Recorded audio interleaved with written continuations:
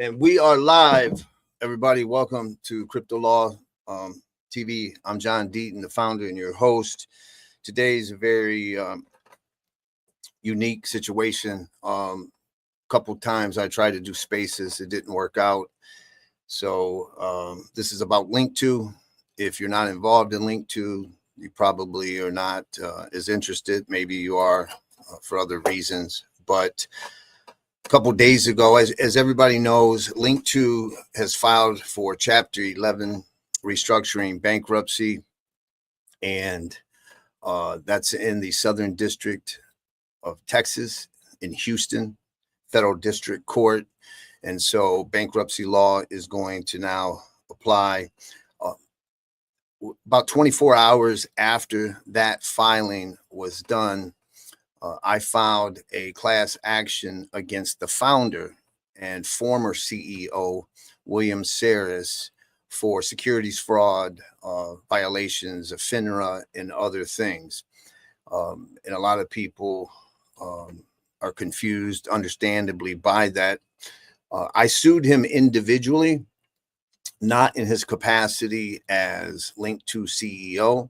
Now, there's no doubt that his lawyers will argue that that case should be part of the bankruptcy and that he was acting within the CEO. You don't need to worry about that. Just know that in a case like this, where bankruptcy happens, fraud has happened, a company didn't comply with many provisions of securities laws and FINRA laws, not even complying with their contracts when they bought shares in private companies. When you get in bankruptcy court, everybody and their mother comes out of the woodwork, and we're probably going to see some of that. I was actually contacted by a class action law firm who was screening. They read the Wall Street Journal article that had a picture of me, and some screener who doesn't know I'm a lawyer myself, and I have filed class actions myself, was like, hey, there's this case against Saris, and you want to be a part of it. And I realized that they're all coming out of the woodworks. And so I'm not looking, unlike these other class action lawyers, I'm not looking for fees. So if there is a pocket of recovery from Bill Saris individually, or from insurance that he has individually, then my goal is to get that pocket of recovery to be included for customers to be made whole. I wouldn't be looking for any kind of fee or compensation for my time. If I have to pay for other attorneys or something, maybe my cost. But that's the whole goal, because we've got to try to get people made whole. I'm not lost on the emails that my law firm's been getting, the DMs that I'm getting, whether you're retired and your retirement is locked in Linqto, whether you have your entire retirement locked into Linqto, or whether it's just a partial part of your percentage of your investment.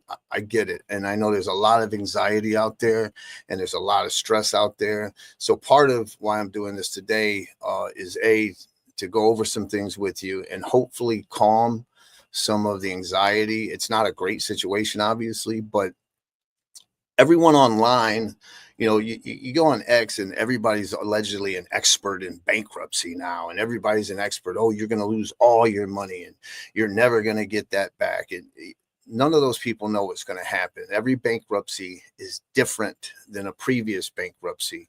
This bankruptcy is very unique compared to other bankruptcies. For example, we have been told that there are no creditors. Okay, meaning Linqto didn't have like a loan that they took out from some company for 30 million, and they put our assets up as collateral, and that loan has to be paid. So we, the customers, right now are being treated as unsecured creditors, but there isn't anyone in front of us, from what I'm being told and from what I know. So that customer money hopefully will go all to customers, and we'll talk about that. But there's a lot of people out there pointing the finger to, and that happens in these bankruptcies. Everybody wants to blame everyone. And so I encourage you to read the lawsuit that I filed because it lays out the facts. And I'll go over very briefly with you those facts.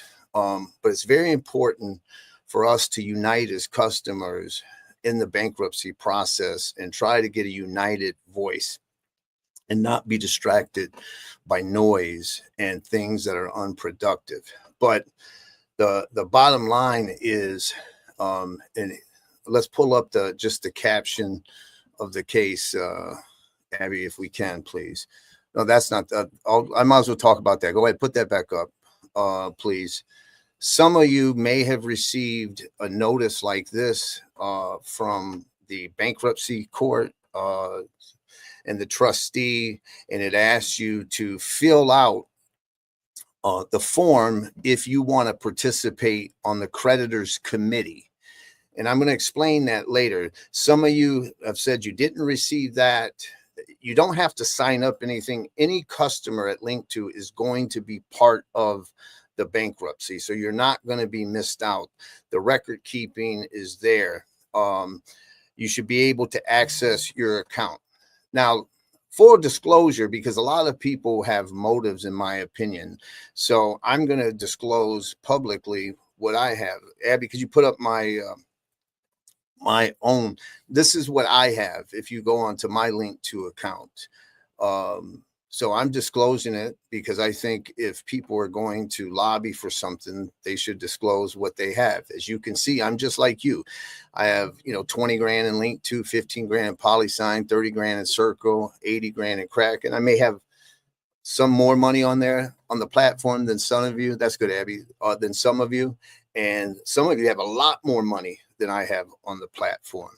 And I'm just sharing that with you to show you that, hey, I'm a lawyer, I'm a sophisticated investor, and I believed that Linqto was doing the right thing. Again, there were 8 exits before that, Coinbase, SoFi, and things seem to be working well from our perspective, right? Because if you owned Coinbase when it was private, or SoFi, and then it went public after the lockup period, we got our shares in our brokerage account. After that first successful experience, I put more money on the platform because I had gained more confidence, because I started with 10 grand, it worked out, and I was like, okay, this seems like it's operational. I looked at the way the SPVs are constructed, and they're supposed to be in an LLC that is held by a third-party custodian and therefore bankruptcy proof, so that if there is a bankruptcy, that money, right, the SPV units that I hold, and I'll explain that in a minute because that was also very misleading for people, that would be protected in bankruptcy court. It's my account. It's held separate from Linqto in a third-party custodian, blah, blah, blah. That's the way it's supposed to be done. We've learned since from the filing of the bankruptcy that the mechanics of transferring the shares are out. Now, part of the allegations, and there's investigations from what I understand at the DOJ, there's investigation at SEC, there was a FINRA has been involved. One of the allegations is a lot of people didn't understand what they were buying because they thought they were buying. If you look at Twitter, you'll see so many comments out there that says, I just want my Ripple shares.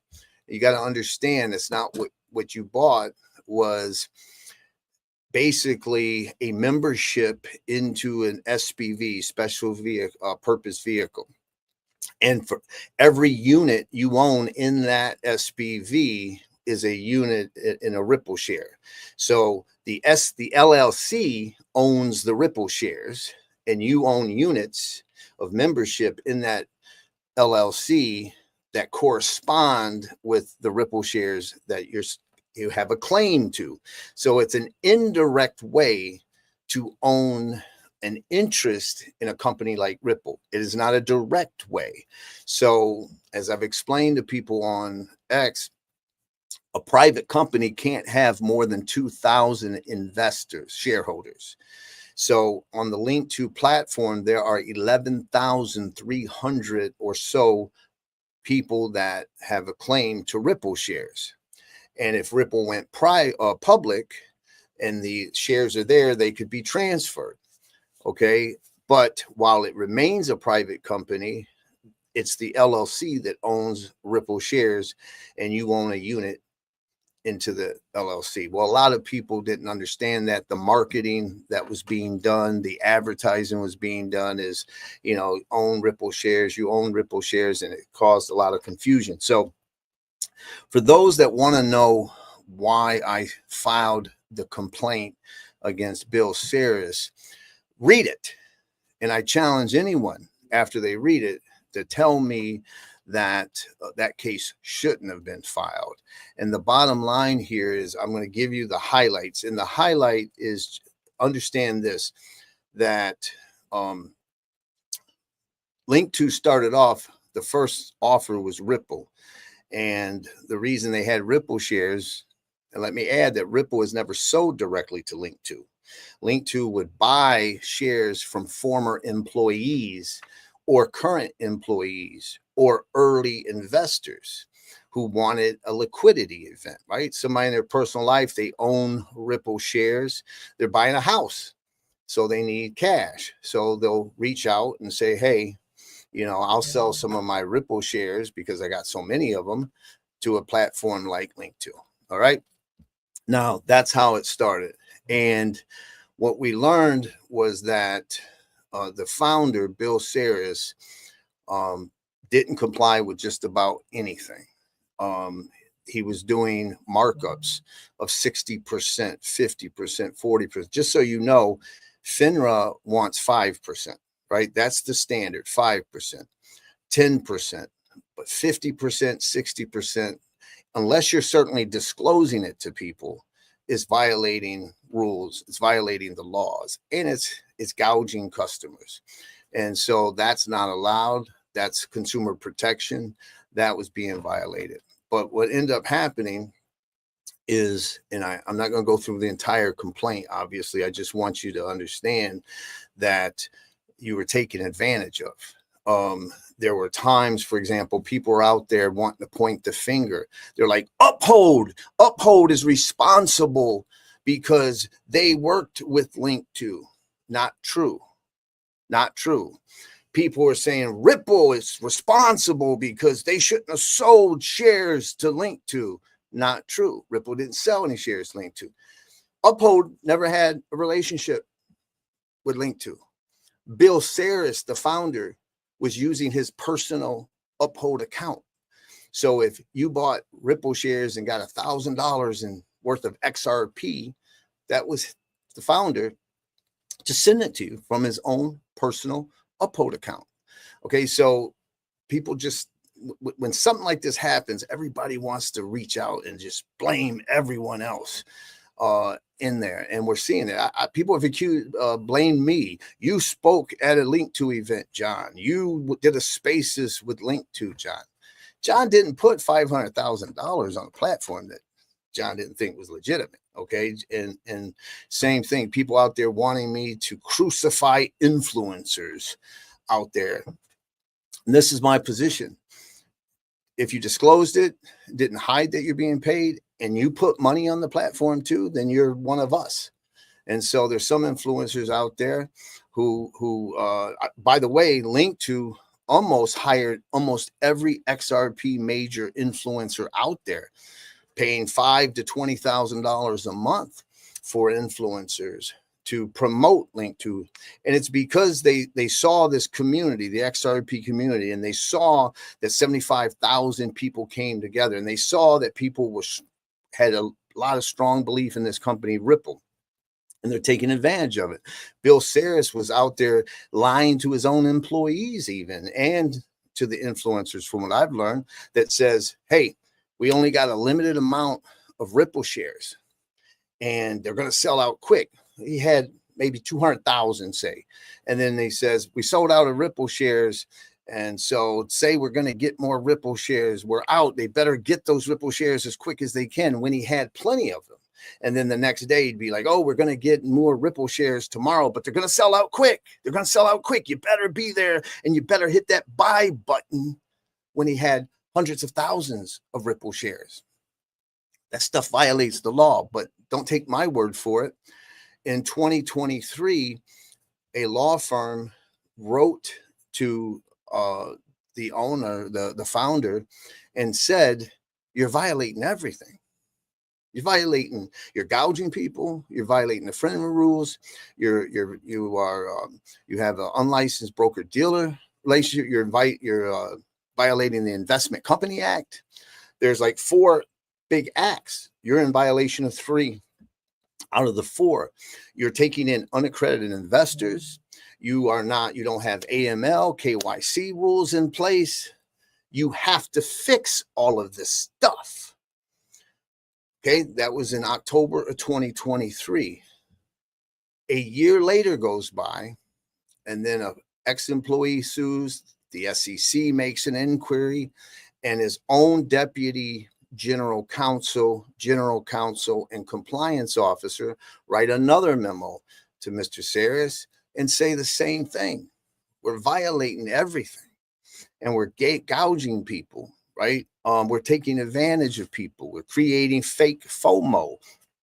Don't use your personal Uphold account. You got to have a real, like, Linqto Uphold account if you're holding it out like that. People think they're buying what they're not buying. All of that's been communicated, and emails say, forget what the lawyers say. And so that was in a year later, in October of 2024. Okay, that's when, and Bill Saris could have tried to become compliant, but instead he wanted to retire. He created, in my opinion, this mess. All right, it's a cluster, you know what, and then recruited someone else to come in. And in my opinion, that's like, hey, I created the mess. I made this money. Here, someone else take it over. And then that person comes in, and then now we're in bankruptcy, whether bankruptcy should have been done or not. A lot of people don't think bankruptcy should have been filed. I'm one of them. If John Deaton were in charge of Linqto, I don't know what I'd done because I don't have every fact, but there's a chance that John Deaton would say, you know what, we're going to stop all of this non-compliance. We're going to be compliant from this day forward, but we're going to still like try to survive and fulfill the vision of Linqto of giving private equity opportunities to people who've been excluded in the past. I believe in that vision. Okay, that lives in my soul. Trust me, there's not a person on this planet that hates the accredited investor rule more than me. You don't exclude 83% of the American population from building wealth and act like you're protecting them. But you want to know what? You want to know why I get so upset at Mr. Saris? Because I share that vision. And now Linqto will be used by Elizabeth Warren and Gary Gensler and all the people who believe that the accredited investor rule is a great thing and see, that's why we got to protect people. That's why we have these rules in place, because unsophisticated investors or even sophisticated investors get taken advantage of. And so instead of fulfilling the vision, you actually blinded the vision. And so bottom line is, now we're in bankruptcy court. Maybe I would have tried to fix it. Maybe I don't. It doesn't matter. And I share that with you because let me tell you, I know that there's a movement out there that says that the bankruptcy shouldn't have happened. I share that with you. But federal bankruptcy law now happens. My position related to that is, why didn't they do it before the bankruptcy? Because once you file bankruptcy, you got to follow the bankruptcy rules. And just so you know, there was an investigation of the board of all of the claims of the corporate rating and all that. And I'm going to tell you who it is. His name's Norman Reed. He's on the board. And I'm sharing with you all what I know because I want you, we have to become united. Abby, can you pull up who Norman Reed is? Some of you will recognize, you may not recognize his face, but he's a board member. You know who else he was? He was the first general counsel of Ripple. Pull up that document from the Ripple settlement in 2015, Abby. You see there, Norman Reed was part of the FinCEN settlement. He signed on behalf of Ripple. Well, he did an investigation and he found those allegations of corporate raiding and all that invalid. Whether I agree with it or not doesn't matter. I can tell you that if we spend our entire time in the bankruptcy court fighting over something, you're going to have to say that not just the current CEO, but even board members are involved in it. And I just throw that out there for what it's worth. People feel differently. I'll respect their opinions, but I think that that's a wasted opportunity. That doesn't mean we're not without power, though, okay? Because you're getting some of those forms that say, do you want to be on the creditor committee? The creditors committee in bankruptcy is very powerful. The current management of Linqto cannot force anything unless there's a vote and unless they get 2/3 of the value on the platform and 50.1% of the voters. So whatever the plan is, whether the creditors committee fights to get the SPVs fixed, or the creditors committee thinks that, you know, this closed-end fund is the right idea, or the creditors committee thinks that there's some other option, a third-party buyout, nothing can be jammed down our throat. That creditors committee is a very important committee. It usually has 5 to 9 people. I'm applying to be on it. Doesn't mean I will be. There's people that have a lot more money on the platform than I do. If you want to be a part of it and you got that form, feel free. Some of you may not have gotten the form. I'm not an expert in who gets it and who doesn't get it. But if you didn't get it, don't panic. You know, stop. Here's the thing. When I put the text out there, the post that said, I'm looking for someone who's a Linqto customer from New York. Do you know how many emails I got from people like, why not Pennsylvania? Why not Texas? John, that's not fair. All I said is I needed a New York person because I was filing the case in New York and I wanted a New York plaintiff. That's all. So you're not going to be excluded. You don't have to sign up to anything. You're part of the bankruptcy, and that creditors committee, whoever's on it, will negotiate and represent all of us. You know, I can't tell you what's going to happen, and I'm not taking a position one way or the other against anything until it's presented. I just don't want us wasting months and months and months fighting for stuff or fighting for things or crying about spilt milk that we can't change. Bankruptcy law is going to apply. We'll have meetings, hopefully with whoever's on the creditors committee. Hopefully they're very communicative and they include everybody and they get everybody's input, but you're all going to get a vote at some point. So try not to read into, those kind of texts and stuff like that. Let's see, I wrote some notes based on questions. Let's see. Just bear with me. Just want to make sure I don't miss some of the big questions that I kept seeing come in.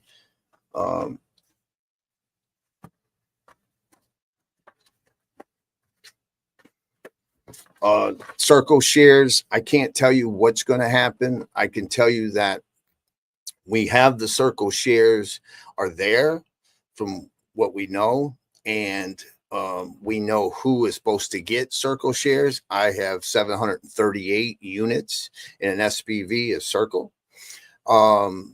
And if the lockup period is in about 4 months, I think, and we'll be in bankruptcy court, the creditors committee will negotiate with the trustee and the management team, and maybe there's a chance that those circle shares get distributed. And I don't know. I can't guarantee one thing or the other.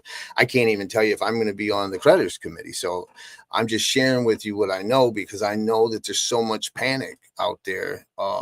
Trust me, I'm reading some of the emails, and some of them, break my heart, because I can feel the anxiety permeating out of the email. And so we'll see. Let's see if there's anything.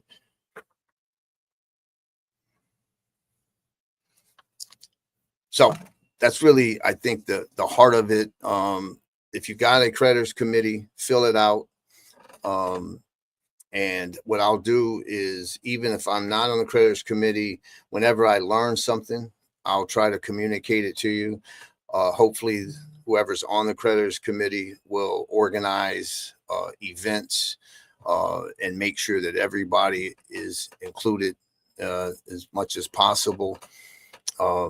And the way it works is, once the creditors committee is assembled, which probably take a couple weeks, I think, give or take, then the creditors committee will hire a lawyer, a law firm, to represent the interests of the customer, not the interest of the company. And so there'll be probably maybe interviews that the creditors committee interviews some lawyers, and then the committee will vote like who should be our lawyer. For those out there that are saying, well, John, you represent us and save some attorney's fees. If you need heart surgery, you don't go to a foot doctor. If any of you, God forbid, anyone in your family gets diagnosed with mesothelioma, I can look this camera in the face, or you in person in the face, and tell you I'm one of the best. Okay, if you want to go sue the government and argue about government overreach, I'm your guy. But I'm a fish out of water when it comes to bankruptcies. If anything, I'm just like you. So no, I can't do that. That would be malpractice. We need somebody who knows what the hell they're doing. They know bankruptcy law in a way that I could never learn bankruptcy law. We need somebody who does this every day, just the way I handle mesothelioma and asbestos cases. We need someone who that's what they do, and so we'll do that. But keep the faith. Don't listen to the people that saying you're screwed, you're never getting your money back. This bankruptcy is a very, very different animal. There are, if you, it's 4.7 million Ripple shares. I wouldn't say they're all valued at $175, but Ripple has put a $175 price tag on the last tender offer. That would be $830 million. You add the Circle shares, plus they traded at over $200 a share. You're at over $1 billion on the platform. So there's real value there. And there are very good chances that we're made whole. And so when I say whole, meaning you even see the upside, not just get your money back, but you get the benefit of the bargain. So if you bought Circle shares at $30, you'll get paid at the $200 level that they're trading at currently, and so on. That's it for today. I hope this was helpful. Appreciate all of you, and have a great day. Keep the faith.